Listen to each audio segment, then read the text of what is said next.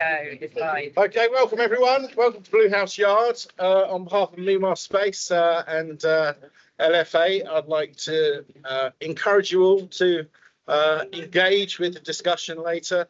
Prepare yourself. I expect a lively and interesting discussion. A few words about Blue House Yard.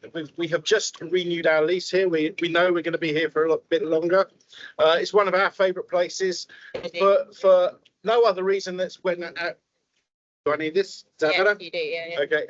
For no other reason, it's one of our first projects with Jan, and I think this typifies our kind of partnership.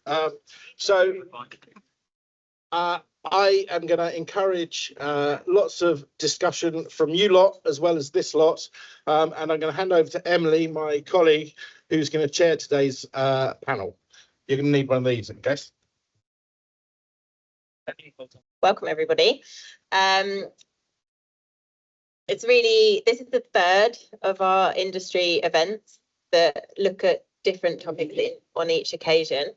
Today is aligned with the LFA, so we have a panel of amazing architects that are coming to talk to you with very diverse backgrounds, so architecture backgrounds, but diverse application of that architecture practice. And we really want to try and explore how that practice has come into force, whether these kinds of projects are deliverable today.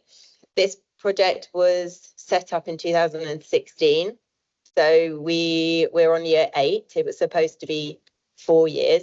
So it's very important to think about timeframes, and particularly unknown timeframes. We've just today actually handed in the lease for a further 3 years, after which I very much expect it's time for us to move on.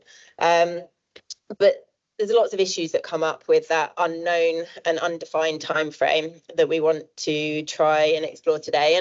And really what we want to look at is, how do you reimagine spaces, particularly those that are underused, challenging spaces, and how can we make those happen, sometimes on very tight budgets. So I have today Pippa Gudsbach from Haringey Council, Jan Kattein from Kattein Architects, Min Cheng from Herb Arch, and Jonathan Hagos from Free House. And so I'll give you guys each a chance to say hello and a minute or two on your experience of delivering projects that reimagine underused and challenging spaces. Would you like to start, Pippa? Sure. Hi, Pippa Gudsbach. I'm head of regeneration at Haringey Council.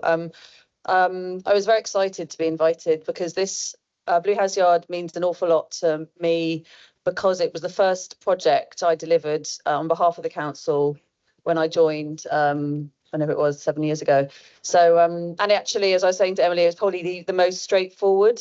Had a great relationship with Meanwhile Space, had a great relationship with Jan as an architect, and it all went really well. And it's been a joy to see it sort of emerge into its life, and see how the community and the local stakeholders have adopted it, how it's become a real hub, how it's evolved as different tenants have moved in, and how it's got a life of its own. So yeah, that's not what you asked me, is it? It's fine. That's perfect. I asked you what your experience is of delivering these projects, and that's perfect. Thank you. Jonathan. Hi, thanks. My name is Jonathan Hagos. I run an architecture practice based in Old Street. I live in Turnpike Lane, and I've lived in Haringey for about 10 years or so. Our practice enjoys working with, I suppose, working with intention. And what I mean by that is that often we work with clients that are hand to mouth, civic, with a small c organisations, third sector organisations, VCSEs, and a lot of their concerns are about survival, about how to make things work effectively and efficiently. So when, we'll talk a bit more about meanwhile and temporary use, but I suppose we kind of enjoy existing in that sphere where we have to be quite inventive about how to make things work. A case in point is my mum's restaurant, which we designed about 12 years or so ago. It was one of our first projects. And she ran a sandwich bar in Woolwich for about 5 years, and then a massive Tesco was built across the road, which decimated the high street. Like, this Tesco had a cobbler's, it had a sandwich bar, it had a pizzeria. It decimated the high street. So with about a budget of like £4,000, my mum enlisted me and my students to strip out the restaurant, or strip out the sandwich bar, which actually was an original, which had beautiful original tiling. Like, it was an old sausage butchers, like 1930s, and we turned it into an Eritrean restaurant that subsequently was voted #1 restaurant in London. And that couldn't have happened without working with intention and working inventively to understand what's there, what can be reused, how to think differently and uniquely. So that's kind of the origins of our practice, and we kind of embed that ethos into how we work. Lovely, thank you.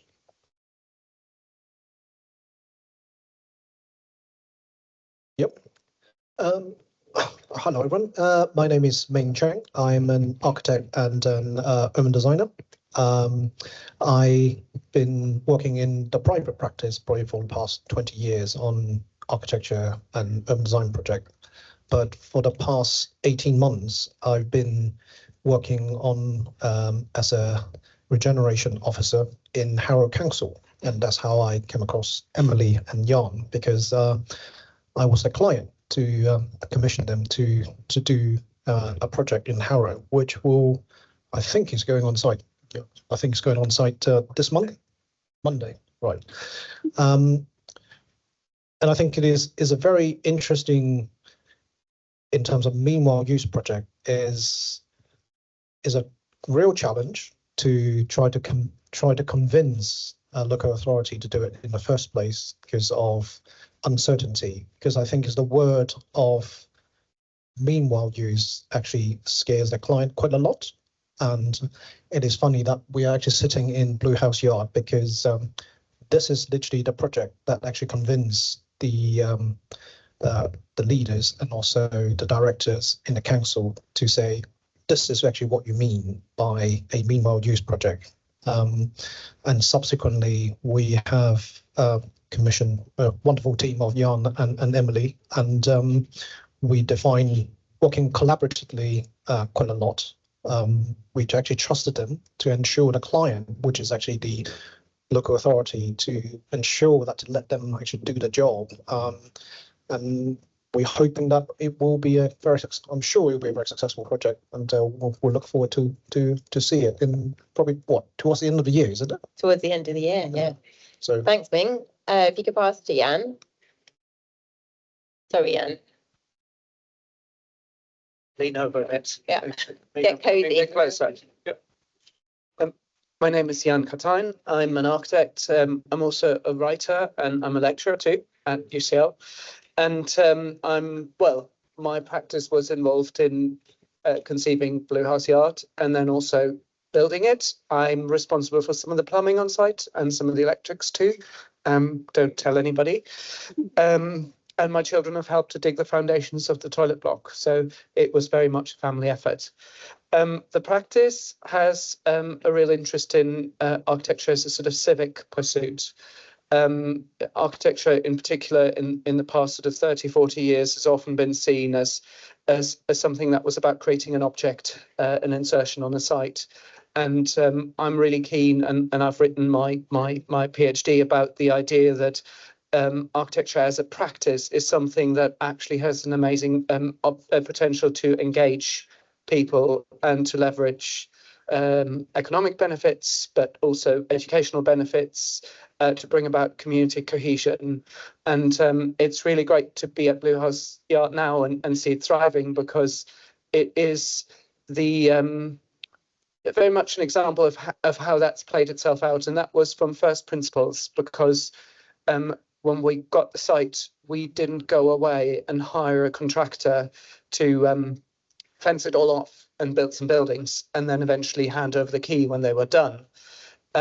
We made the decision that it should be a public project from day one. So we set up a contracting organisation, and Blue House Yard was delivered with a team of people that involved over 100 volunteers over the period, including trainees from the local carpentry college, residents, and some people who ended up becoming tenants in this place and actually ended up staying for a number of years. And the project has very much retained that pioneering spirit. And I'm convinced that the process by which you deliver architecture is very closely linked to the legacy that ultimately the project develops once it's in operation. No, I agree. I think there's a lot of people feeling very fondly about this project. What do you think has changed since 2016? Do you think the same project could have been delivered in the same way? I mean, there's been a funny development in a way in the last 5-10 years where people think meanwhile is a typology or has got a particular aesthetic to it. That's rubbish. And I think today one would have made different decisions if one had built this project. But and yes, some things have gotten more challenging. Absolutely. I think everybody who works in our profession knows just how much more challenging day-to-day work and the regulatory context in which we work as architects has become, how much tighter public sector budgets have become, how much more scrutiny and how much more pressure is on design teams to deliver things that maybe are way beyond the budget and the opportunity that's out there. So all of these things are known. But I mean, even at the time when we built this project, those constraints did exist. It had an extremely tight budget. We had to spend the money because we would have lost it otherwise. It was GLA funding. And it was working contextually that unlocked it, because there was a previous design team who was going to build on this site, and ultimately they dropped out because they couldn't make the figures stack up. We took a different approach. We looked at what actually was there. What money did we have? What skills did we have? What materials did we have? What could our team bring? And by looking at all of these things, we were able to come up with a project that fit the bill, and that did work financially, and that did work socially, and that did deliver the education we wanted to deliver. And I think that approach is very much one that I would still want to embrace with any new project. No, agreed. I think the reason that we made it work was the creativity and flexibility and fearlessness, maybe. But what about the temporality of projects? Like, how do you design for a limited period? This was supposed to be 4 years. But what do you do about that design process when there's every chance it might extend, but you don't have any more budget to be able to make it a longer term project? Temporality as such is not really a design challenge. I think it's a really great opportunity for innovation and trying and testing things. We had this discussion yesterday at the Camden Collective. Circularity, for example, we're using these projects more and more as a test bed to introduce circular construction principles that we can then hopefully ultimately use in permanent buildings. So temporality as such presents for me many more opportunities than challenges, but uncertainty is a huge design challenge. We're already juggling loads and loads of uncertain elements, and uncertainty about the duration of a project basically can mean that a project just isn't as good as it could be. So take, for example, we're being really careful in making judgments about the environmental impact that buildings can have, in particular when they're temporary. So we're weighing up, when we design a project of a temporary nature, the embodied carbon, the carbon in the materials that we choose when we build, against the operational carbon, which is the carbon, the energy that goes into heating and operating the buildings. If we're using the wrong timescales in order to evaluate those two parameters against each other to minimize carbon, then it all falls down. So we're making all the wrong decisions. The same is true in terms of material choices. We might make a decision to use biodegradable material particularly for very short-term projects. Now, if those projects are extended, then they can really compromise the operator because they have to disproportionately invest in maintaining those materials. So there's a sort of fine line, and I tend to say to clients nowadays, being really conscious about our need to reduce our carbon footprint, that you shouldn't build a new building if it's for any less than 5 years. Yes, that's tricky though, isn't it? All right, I'm going to stick on Blue House Yard for a minute with you, Pippa, if that's okay. And we've got a little shifting around of microphones we're just going to have to deal with, unfortunately. Do you think that getting risky, interesting projects signed off by senior leadership is harder? Would you have got this project through if you were starting it today, or do you think it's changed at all? So I've been thinking about this question long and hard since you posed it to me, and I think the one thing I was most struck by when you asked the question was the minute budget compared to how much this would cost today. And I'm, every day shocked by how projects come in at tender stage, far beyond the pre-tender estimate. And it is continually shocking. And this project was delivered for less than 300k. Jan will correct me, but it was incredibly good value. I mean, even them, and I think cost where we are now, cost is the major constraint in terms of capital build, because you just can't do as much with the kind of meager finances, and our financial ability to take financial risks is also reduced as well. So I think that really struck me, because we're in a very, very increasingly constrained financial environment. There's just less money, and therefore we have to do more with less, which is, as we all know, impossible. In terms of the appetite for risk, I think this project, it didn't feel risky at the time. It felt like a really good idea, and it felt completely aligned with our ambitions, and so it didn't feel risky. I think also, I suppose then there was less certainty about what this site was going to be used for, and so whilst we were nervous about granting a whatever it was 4 or 5 year lease, there were no plans, and so broadly it didn't feel too much of a risk. But so making it, in terms of the council or the client being able to be feeling comfortable with that, but at the same time as the design team feeling comfortable with the amount of investment that's made into a building. So I think, having certainty around timescales is absolutely fundamental to the success of any project, because then you can design it, you can plan the business for it, and you can plan the building for it. And that's really challenging when external factors are so variable at the moment. And every year there seems to be a new shocking global event which is changing the way that we see risk and see finances.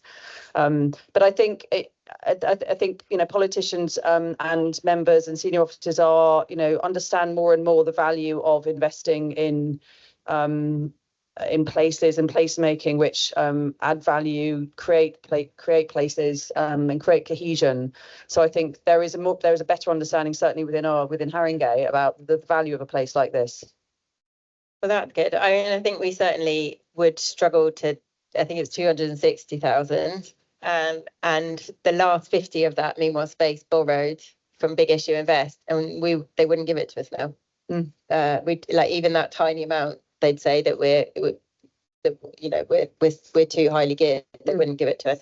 So it's very challenging, and I think it's good to know that the senior politicians appreciate, and now you have something like this that people can point to. So the Harrows and the amount of times we get people saying, well, we want one of those, and we say, well, we don't just pick it up and do another one, but we'll come and do something similar.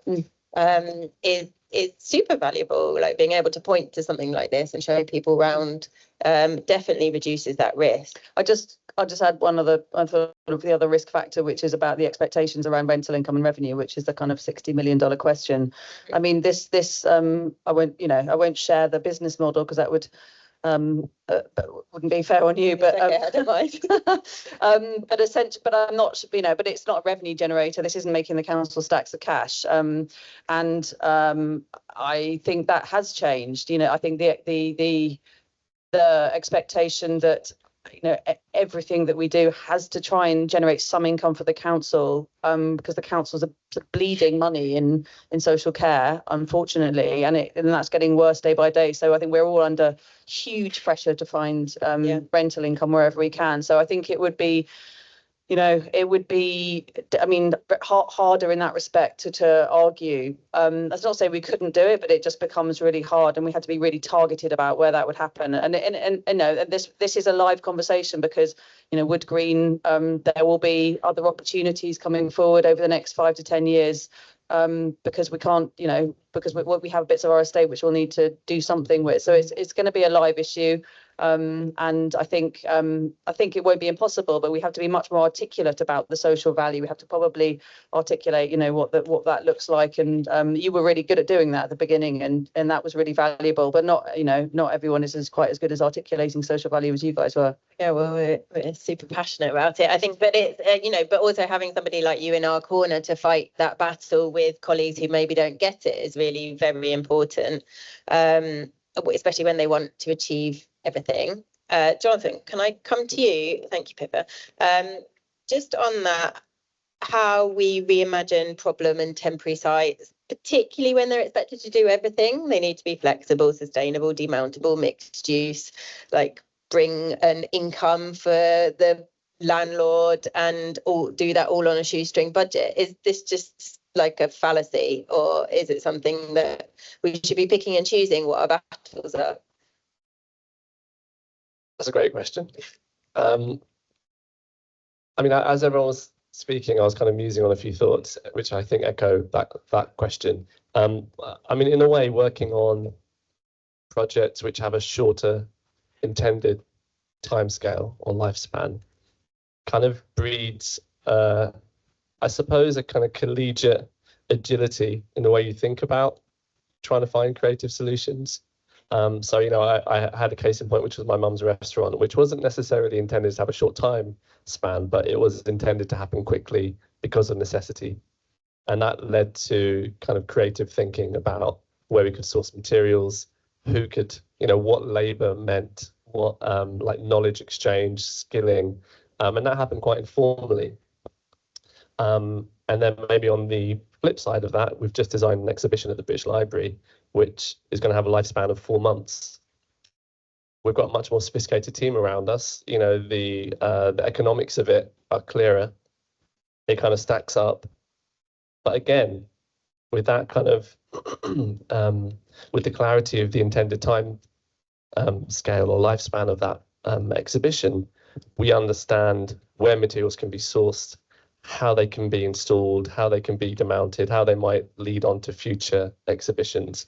It becomes quite tangible. I'm painting a more optimistic picture in those projects. I suppose where things get challenging is that time is a very difficult thing to measure and predict. You've just talked about a project here which has exceeded its intended lifespan by double the amount. And I suppose one needs to question whether we do even need to think about things in terms of meanwhile or not. When we were upstairs having our pre-meet, we were talking about, or I was talking about my experiences growing up in Woolwich, and particularly around the Greenwich Peninsula. There was a big Sainsbury's that was built by Chetwood Architects, which was, an environmental beacon for kind of sustainability and the retail experience. And, it would only have really sequestered its carbon if it had exceeded its intended, if it had met its intended lifespan, which it didn't. But there's a macro just next door, which wasn't intended to be there for more than 5 years, which has been there for about 25. And so there's a conversation about how well, as architects or construction industry professionals, do we have an understanding of the wider economic situation that lends itself, or that it dictates, time. And I don't think we have much control over that. And, going back to Jan's point, how do you build in that resilience into a project with regards to the materials you use, or the operational strategy, or an understanding of maintenance that can deal with the unpredictability of that? And I think that is where the challenge is, in my mind. I mean, it's incredibly difficult. I'm going to borrow that off you and give that to Ming. I think it's, as a design practice rather than a architect practice, I've got no idea how you guys manage all of those elements that you need to think about. But just coming back to the point of convincing a senior, internally convincing senior leadership team, and thinking about the Harrow project in particular. I mean, were there significant challenges in making that happen? I mean, it felt like it was fairly smooth from our side, but like, what were the challenges and how did you overcome them? There must have been some. Well, there is, because how it comes about in the Harrow project, which is coming, is Harrow decided that to relocate the £7.5 million future High Street fund from one side of Harrow to the town centre, and in order to actually do that, they will need to go back to DLUC, Department Levelling Up, to justify why they actually want to do it. And I remember the first conversation that I had with them to say, "Oh, okay, you're going to relocate the money. So what are you going to do?" And they couldn't actually quite tell me at that point. So I think going back to answer some of the questions is about having the right kind of knowledge and staff being there to be knowledgeable, to be able to envision, what can possibly be done within there. So that's one of the things that, because initially when I almost kind of like instigate to say, have you thought about having a meanwhile use project? I don't think anybody within the council actually sort of knows what I'm talking about. And there was quite a lot of resistance about why we're actually doing a meanwhile use project. How long will it take? How long will it last? Are we just putting the money in there? What will happen if it fails? Et cetera, et cetera. Probably all the challenges that you actually that you talked about. But I think it helps in the Harrow project is because this is not a capital spend, because it's from the government funding. So that's easier to convince. But that is still politically, it's still quite challenging, because obviously we still need to have the senior leader to be able to sign off, and obviously they are politicians, so you need to think in that way, and having Blue House Yard here as part of the briefing, that's really helps, because this is actually a outer London Borough, and it's actually been very, very successful. They actually know about they actually heard about it, and is almost becomes that part of this other example is, as you said, Emily, is they looked at this, they just think, can we have one of those? I think is the same conversation. So that is how it actually came about. But then also, I think, is also changing is internally, while I was doing Harrow, is that they start thinking about not so much of when we actually have the building briefing, or actually having start working with Jan's team, is rather than thinking that this will be knocked down in 5 years, we start thinking about, can we actually demount the projects and relocate it elsewhere? So they actually, rather than actually seeing it as a temporary thing, they see as part of an asset that's and actually built in within the council to think, in 5 years' time, if they want to do something on that site, they want to demount everything. And we talk extensively with Jan's team to say the possibility of relocating those structures and relocate it elsewhere within the borough. So that has been built in quite a lot. And I think that is quite important. Probably maybe in the future that's part of the conversation, but also in terms of initial briefing or overcoming the senior leader, I think part of the conversation also is when we talked about why we actually do that on that site is it was actually part of the car park, and the council did actually have a long-term view of having to regenerate that site, but they don't quite know yet what they want to do. But I think that part of the conversation when talking to a senior leader is wouldn't you actually want to have some sort of local input in the long term, rather than just having your box standard just advise having a master plan team just come in and literally will have no conversation probably with the local community. So that actually kind of sold a seed to the senior leader, is that when we have some temporary use in there, and hopefully it will be many more years to come, that when we have that conversation, that it will be regenerated, and the resident actually, they realize that it's a temporary site, but then the next design team will need to come in and the local will have a say, or they have some ownership, on that site. And that's part of the kind of ongoing discussion, in there. And hopefully that will be, if anything, hopefully that will be one thing that came out of that project. I hope so. Opportunity to engage and move it. I think that's really important. Is there anybody that's got any burning questions? I know Thomas will. We've got a lot of experience and skills, and I'm sure there's a lot of concerns and worries and things that people want to voice. I don't know that this will reach that far. Do you want to just shout? I'm Thomas from F2. It's really a question about budget and time. And Jonathan, you sort of touched on this earlier, but it might be sort of pinpointing from a local authority perspective. Because so often with these projects, the budgets effectively are set by the duration that the meanwhile use is given for. And they're therefore incredibly tight, particularly when those time periods are very, very short. But as we've seen here, Emily, as we've seen on projects that we've done with you, and I think probably other projects as well, often that meanwhile use is extended. And so it feels like that initial budget, and the reason everything's so tight at the outset, is a bit it's sort of tight artificially. And if that budget was a bit higher, accepting the likelihood of that extension, does that therefore enable actually greater flexibility and greater use and greater value? So it's really a question about the realisticness of local authority teams in terms of setting those time durations and understanding how long that might last, and the implications of those very tight budgets if they make those periods very short.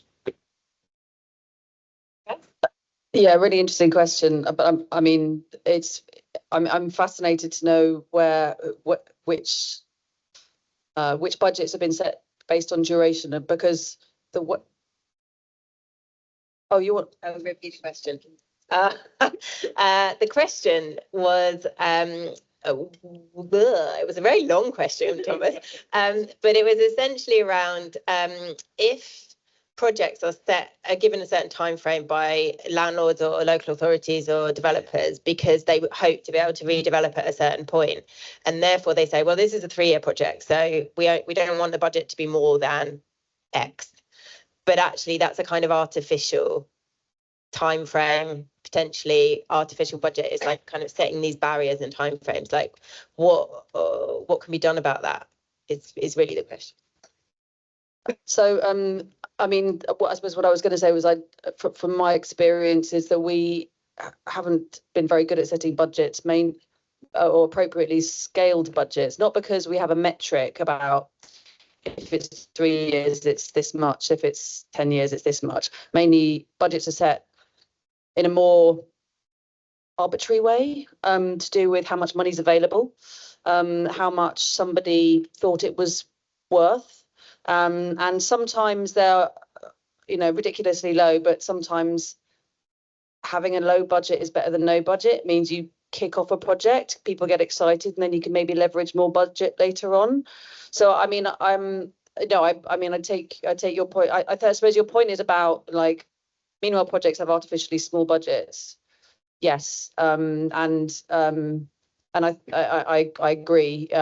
They can do, but I suppose what my experience of doing them is that eventually the budget has to increase in line with what's actually deliverable, because and they go through these kind of processes of value engineering. What's the minimum viable product that you can deliver in order to deliver the outcomes, and you kind of get to some sort of compromise. I mean, these, and my experience is also that you obviously, there's no such thing as a meanwhile building. They're buildings which are just, there's no such thing as meanwhile planning permission or building control. It doesn't exist. So you just have to design a permanent building, which is cheaper, and which is kind of deemed to be a shorter term thing. So yeah, that's, I suppose, my experience. But I mean, Jan will also make a comment about the foundations of this in a meanwhile way. But I'm not sure if that answers your question. Meg, do you want to comment on that? Yeah, I don't think the council actually set up the budget actually based on it is actually a meanwhile use project, so it's actually load. I think it's probably same as what Pippa's actually did. They probably just don't have. I think the long and short answer is they just don't have the experience. So when I set up the one in Harrow, I've just been asked to say how much should we allocate it to this meanwhile use project, and it's up to me to say, to almost kind of work out, right, okay, that's this square area, and how much building are we going to build, and roughly put a number in there, and almost put a massive contingency behind it, and throughout the project, as the project's actually kind of progress, I've been constantly asked, can we take that budget away? And I almost have to defend it, to say, no, you can't, you can't, because it was always something that will come back. And I think as we found out later, that when we actually go after tender is a lot more expensive, and because we almost kind of ring fence it, we kind of make it viable. So just to answer your question, I don't think they look at it like that. I think it's just experience that they don't have, and it's just the skill set that they don't have within the local authority mostly. You said earlier about one of the convincing aspects of the meanwhile project Harrow was its redeployability, its reusability. Is that because there was appetite within the council to reuse it somewhere else? Was there that vision, or because potentially you could sell it? What were even those drivers for that? Do you want me to? Did everyone hear that? Or do you want me to? Okay. So Eddie's question was, one of the selling points for the senior leadership within Harrow for the Meanwhile project was the demountability, and was that as a resale value or another reason? I think it's a bit of both. Certainly, the idea of actually being able to demount and move it somewhere else is extremely attractive, because it just the leadership, they see it as an asset. They don't, rather than, because we did actually talk about what do you want to do after 5 years? Do we just knock it down? What are we going to do? And because I think elsewhere within the local authority, some of the asset, which is actually bricks and mortar, is they have to deal with it, and they almost see this as, if we build it, if we can actually deploy it somewhere else, it will be very useful if it's actually successful. So that's how. So there's probably the leadership team there, the one of the director there, he's probably a much more kind of commercial savvy, about this. So that is that, and I think that's one aspect, but also the other aspect also is the sustainability commitment, within the council, as well. So it won't be very nice, to look upon, from local authority to commission a meanwhile use project, and 5 years later we need to demolish it, and all of a sudden questions will be asked, why did you demolish it? Why didn't you actually think about moving it somewhere else, et cetera, et cetera. I think it's about both of those factors. Thank you. Do we have one more question for anybody? Yes.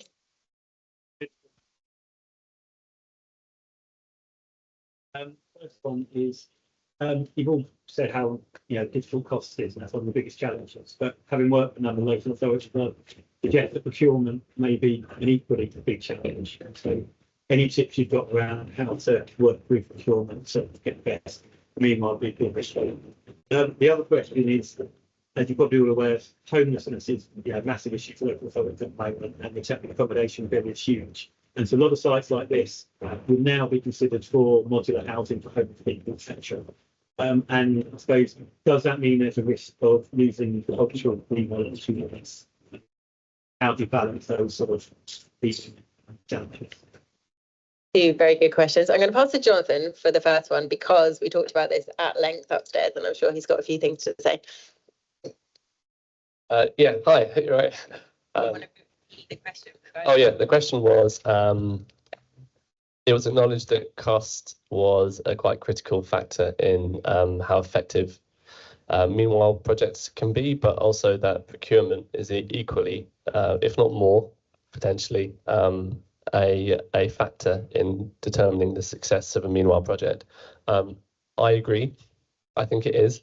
I think procurement, whether it is the procurement of a design team, as in how an architect, sorry, I'm not sure how an architect is brought onto a project, has become much more labour intensive over the last 4 or 5 years. You know, a question I have for maybe later is, would he pitch for a project like this again? You know, now, based on the kind of processes that we need to go through, certainly in terms of our practice, in order how we demonstrate social value, how it's monetized, how it's critiqued in a quite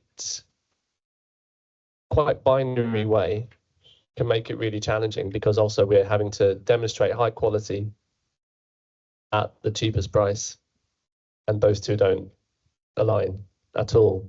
And as a small practitioner, that's a point of tension, which is, can create sometimes innovation, but can also mean that we just don't bid for the projects that we probably could achieve quite well and quite meaningfully.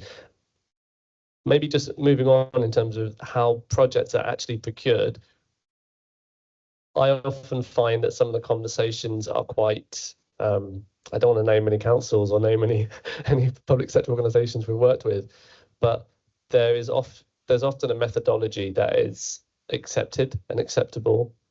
And when we try to offer different ways of working, because we've got a lot of private sector experience,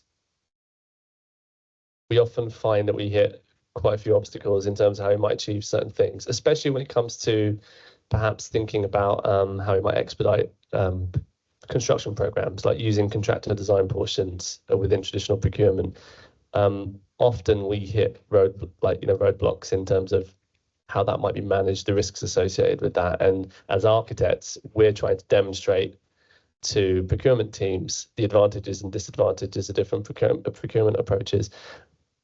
That is a huge investment of time for us as practitioners to try and convince and try and alter and try and tailor projects to suit their site and context and parameters. So yeah, I mean, it is a huge factor, and I think it's a good point to bring up. We talked about this a lot, and I think Ed knows my opinions on a lot of this stuff. But I mean, ultimately, the problem is, and I understand the reason for it, is that you're bidding blind, but it incentivizes you offering work for a reduced fee or a much lower fee than it costs, and over delivering on social value, because there's an amount that's contributed to that, and it's not. Well, it puts small businesses under huge amounts of pressure that isn't really fair, to be honest. It's not really achieving the best thing, and particularly for us as a practice, we don't know what a project's going to look like when we started. That's the whole point. We need to talk to people for a really long time to understand what is right for a neighbourhood and what that's going to look like. It's not sexy because we can't tell you at bid stage what it's going to look like, which makes it difficult for you guys to procure us. I understand, because it doesn't, there's nothing to show anybody. And we're adamant about that, and we're stuck with that for a long time, and we lose a lot of work because of it, actually. But I'm sure Jan has something to say about whether he'd bid for this project again. Work isn't just about money. And money is important, and of course we all have to earn a living. But it's become, I suppose, practicing in the sector for nearly 20 years now. You want to work with nice people you can trust, and who have got objectives that align with yours. And when I make procurement or decisions on whether to bid for something, then that is almost a more important factor than the financial returns that a project might yield. But yes, it's hard. It makes it challenging. I was up this morning at 6:30 finishing a tender. It's not fun, and it takes up a huge amount of time. I mean, the principles of procurement are brilliant. You know, the idea of getting best value for the public sector and having a process that's totally fair and transparent is just great. The problem is that people take it way beyond that. And that's when it becomes cumbersome for everybody. And what's certainly happened in the last 5 years is that to do a project like this, you would now have to tender 3 times. Once at feasibility, and then a budget is signed off, once up to planning, and then to deliver it, which takes away time that I would much rather put into designing and delivering a project like this. So that's become a huge burden, and the disproportionality around winning the work and delivering the work has gone off scale recently. So in that sense, yes, I would have bid for this project again, but whether I would have done it 3 times, I'm not sure. Pippa, I'm going to come to you very quickly on that point, because actually this particular project benefited so much from the impending deadline of the grant running out, that wouldn't have been an option. But also perhaps if you could answer Ed's second question on whether a use like this would have been prioritised over emergency housing and those more substantial needs that councils are facing at the moment.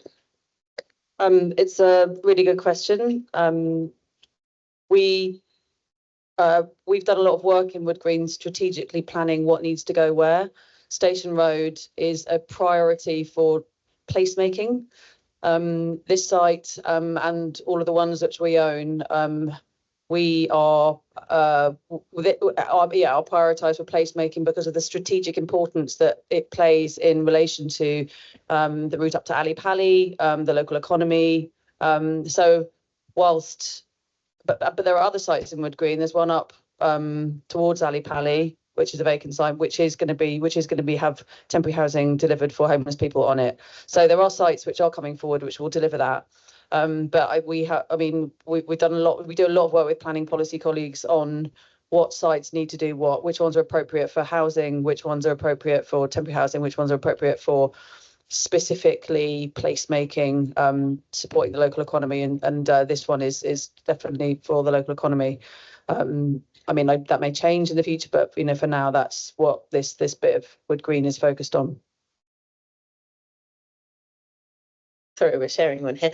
I think there's definite demand and need to look at sites for those real challenges, social challenges. It's not just, workspace. And affordable workspace was a big challenge 5, 6, 10 years ago, still is, but there are other challenges as well. And I don't think you should kind of pigeonhole certain types of uses for certain kinds of projects. Absolutely not. It needs to be about what's the most need.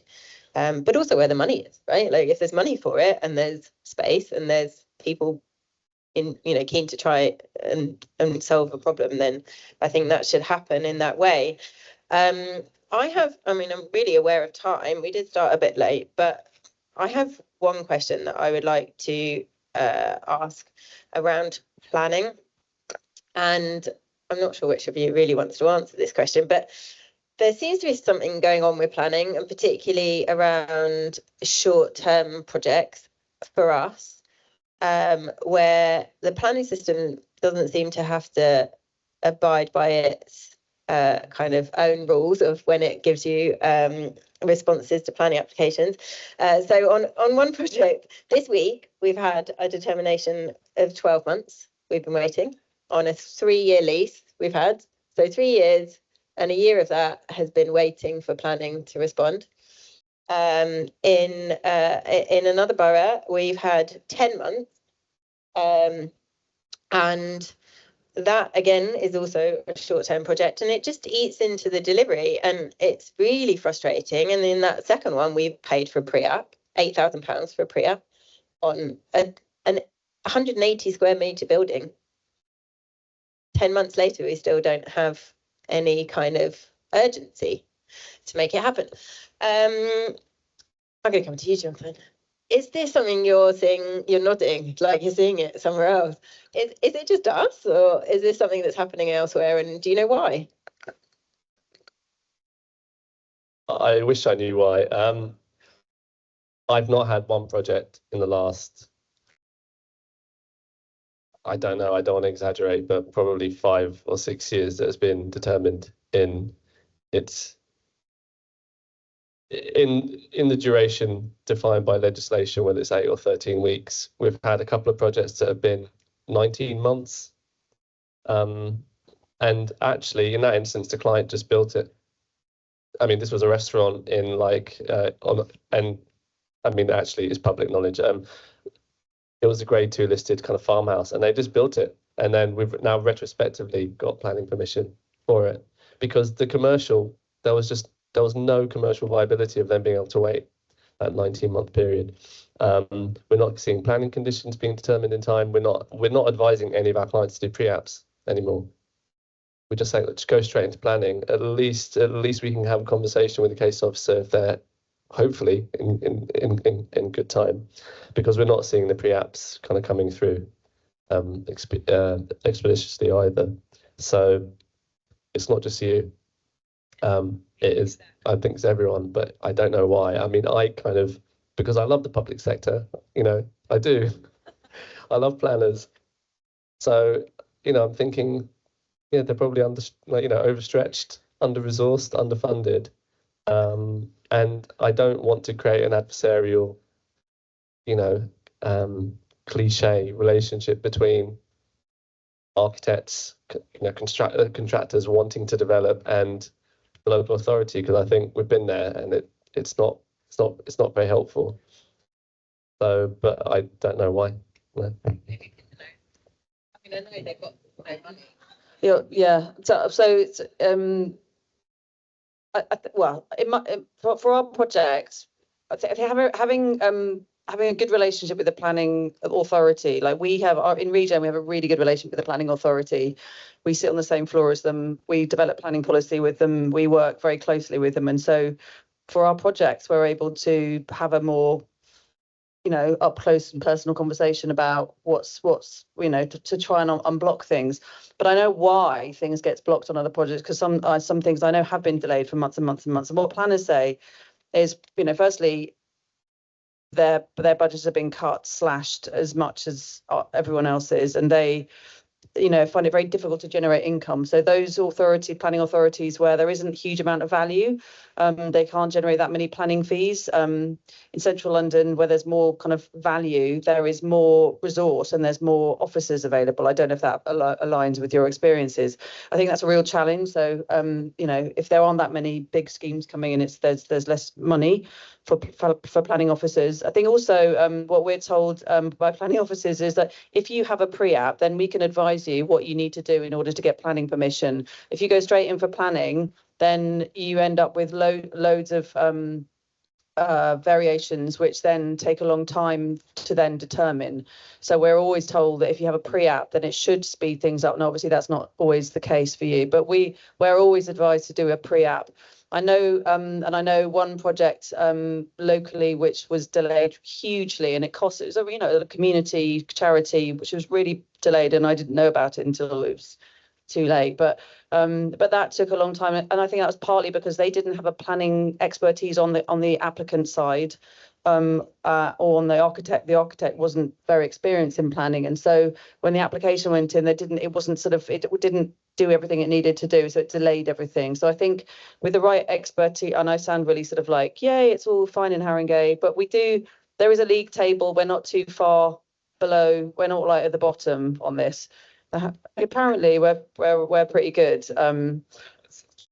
No, I don't. That's not, but apparently we're pretty. But I do think you need the right information on both sides in order to smooth it through. Obviously, there's always going to be resources issues, but that's my experience. Yeah, I mean, I have to say, Haringey has always been pretty good.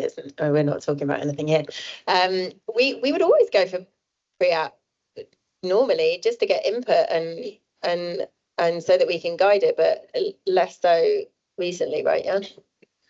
Well, it depends. I mean, I think planning, like any other bureaucratic process, is about engagement and relationships, and that Pip has got that relationship with the planning team is really essential. And Ming having that relationship internally with his planning team was absolutely essential to get this through. And I'm not experiencing the sort of challenges that you're experiencing, probably because we almost exclusively work for the public sector, and we know what's coming, so we train our colleagues from very early stages to build those relationships and networks in order to get the right result in the end. And we haven't had any delay. Touch wood, I shouldn't be saying this, but we haven't had any delays to planning applications in the last few years. Really, they've always been determined within the statutory period, but that is because we ask others to build those relationships that are essential to Yeah, I think where this has happened is where there's almost like an adversarial issue between planning and region. It's like, you're bringing that forward, we're not going to give you any special treatment, we're going to make you pay. Like, it's quite painful, actually. Right, I'm very aware of time, and I have one final question I'd like to ask these guys, unless there are any questions from the audience. Well, sorry, you got sunglasses on, right? I thought you were going to ask a question. Oh, okay. No worries. Has anybody got a question? Okay. Just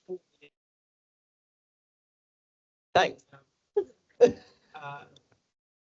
you mentioned about being under 5 years, don't will you? Then you were talking about the benefit of the amount of buildings that can be used and why that's relevant. When we start projects, seldom do we look to, is that, are there any more projects coming to an end that we can use their buildings? How could a market operate in that? How could we stimulate that to happen as we look to start reusing buildings? I'm curious. Yeah, and that's what we're doing. I can say a little bit about that, because this is something that we've become really, really serious about. So we've just finished a temporary building in Canada Water, which is built 60% from reclaimed and found materials. And it was also built by volunteers. And it is also a building that has got really great energy efficiency ratings and meets all the planning and building reg standards that it needs to meet. But the way that worked was that it was through networks, and we built those networks.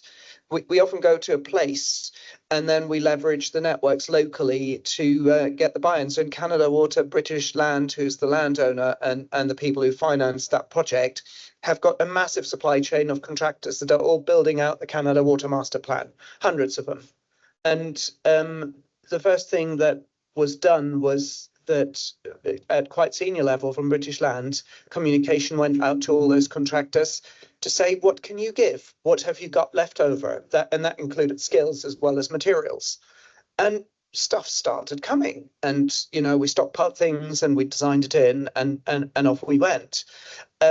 There's a similar strategy that I'm really excited about. So we're working on a project that's just going into planning now in Stratford, where first of all, the client was hell-bent to demolish all the buildings on site and said, we want a new temporary building, can you please? And it was hairy at times, but we did convince them that they should keep everything that's on site and adapt it. And they really love it now, and have really taken on the sort of ethos around all of that. They're now advertising for somebody to part-time manage a circular economy hub. And we've already acquired a large amount of used building materials, because it's not only materials from demolition, a lot of material, in particular in London, is thrown away that's perfectly good and brand new. I mean, these windows we saved them from landfill in this project. You take a different approach. You do these things differently. We needed to, and if anybody from Haringey planning is here, please close your ears, because we got buildings that were 200 millimeters narrower. We got planning for that, and then we got these windows, and we were like, the buildings are too small for the windows. So we increased the size of all these buildings by that much in order to fit the windows. And you have to have a different approach to design, and so in Stratford, really exciting. We've got 4 pallets of yellow glazed bricks that we were given by the London Legacy Development Corporation from a new build that were left over. We've also got 12 pallets of granite sets. Is it that many? 40 pallets of granite set. I mean, amazing. Like this is the most expensive material that you could. We've got CLT, a sea of CLT from a company in Essex that's closed down, and that was disposing of all their assets. And our client was sharp enough to buy all of that up. And the reason I'm so excited about this project is that the project in Canada Water was quite eccentric, with a little charity doing an educational building of quite small scale. In Stratford, we're working with a big housing association. If we can pull this off, there's a potential opportunity that they completely rethink how they deliver permanent buildings and housing. And if we can have the same targets of 60% reclaimed, then that's 3 times as much as the most ambitious targets that anybody dares to set in the UK. And it's 59.5 times as much as is in reality being achieved in the building industry. So there is opportunities absolutely there. It requires a completely different approach. You need to work with what you've got. And in terms of acquisition of buildings and materials, you have to invest your creativity just as much in that process as you need to in the design process. Don't give that away. I'm going to go one last question. Is there any one thing that would make your life easier in doing all of that reuse and circular design process? What's happened a little bit with in the last few years is that both planning and building control have become very formulaic. The Building Safety Act is a huge challenge, because whereas achieving a safe building was a collaborative effort between building control and the designers and the contractors in the past, it is no longer. There is criminal liability on the design team and the contractor on their own to ensure that the building meets the building regulations. I felt very happy in Blue House Yard to come up with eccentric solutions that allowed us to save money. For example, these buildings all don't have foundations. And the way that was done was that we dug a hole. We had our structural engineer with a measuring gauge, and we had Haringey Building Control look at the hole and poke into the soil and said, oh, this is going to be fine. And then we built the buildings, and none of them have fallen down, and none of them will fall down. I wouldn't be able to do that again, ever, because of the Building Safety Act. And I feel more and more that responsibility, liability, and risk is pushed on designers and operators of these places, whereas actually we're much better off managing these things in collaboration and in an environment of trust, because you can come up with specific, reasonable solutions that aren't about ticking boxes. And that's the thing that I wish we could come back to. Me too. Ming, finally, and quick fire, if you will, because I think everybody would like a drink. What 3 ingredients do you think would help deliver more projects like these? I think it's a kind of cliche, is actually just knowledge and expertise and the staff in the local authority to almost kind of be on the client side, to actually look to instigate a project, looking after the project, and almost kind of ring fence everything in there, because otherwise, as we find out from these things, is that how much is a budget? We don't know. Let's just say 100 grand. It seems like a lot of money in there, but then actually you can do a feasibility for 100 grand. You can't deliver a project at 100 grand. So is all these things. So I think is is those two things. Thank you. Pippa, if we were doing this again, is there one thing you'd do differently or change?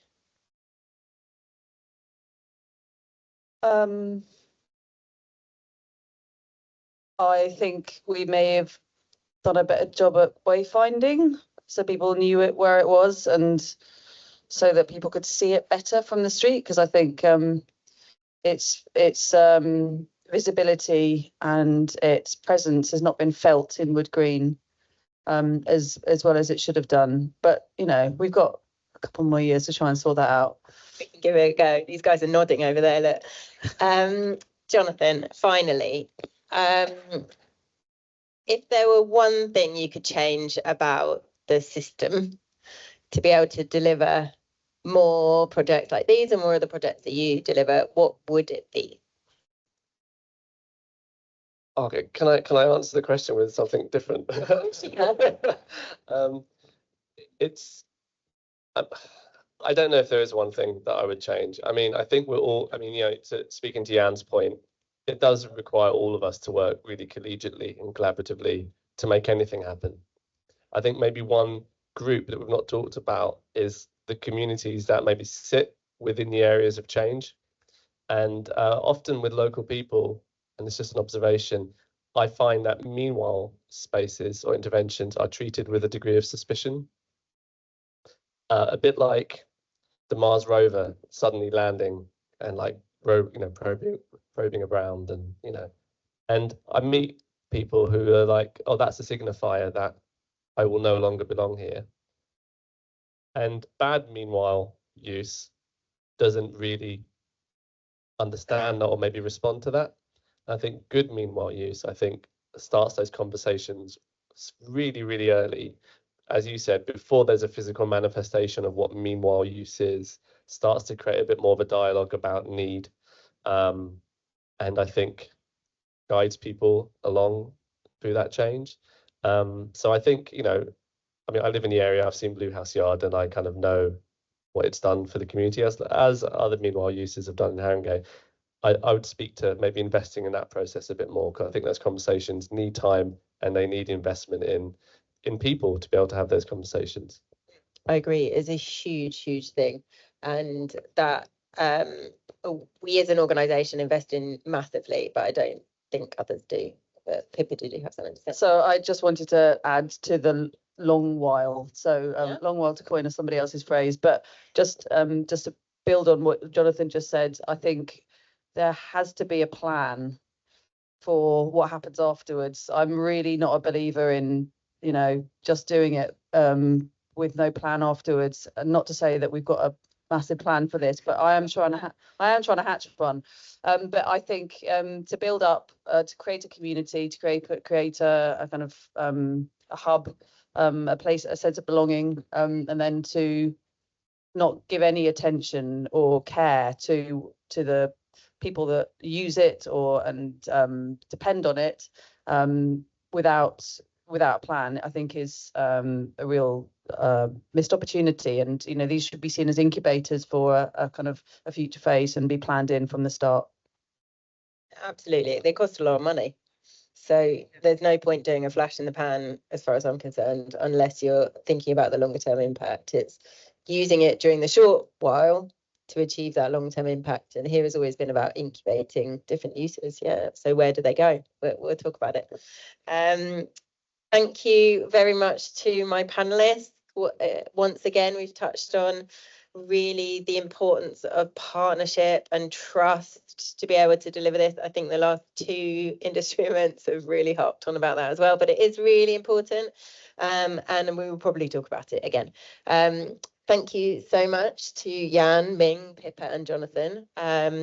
Anybody else that would like to come and chat to us, please do. Grab a drink. There's some lovely food over here as well. And I believe some music coming a bit later. So please hang around if you have the time. Thank you.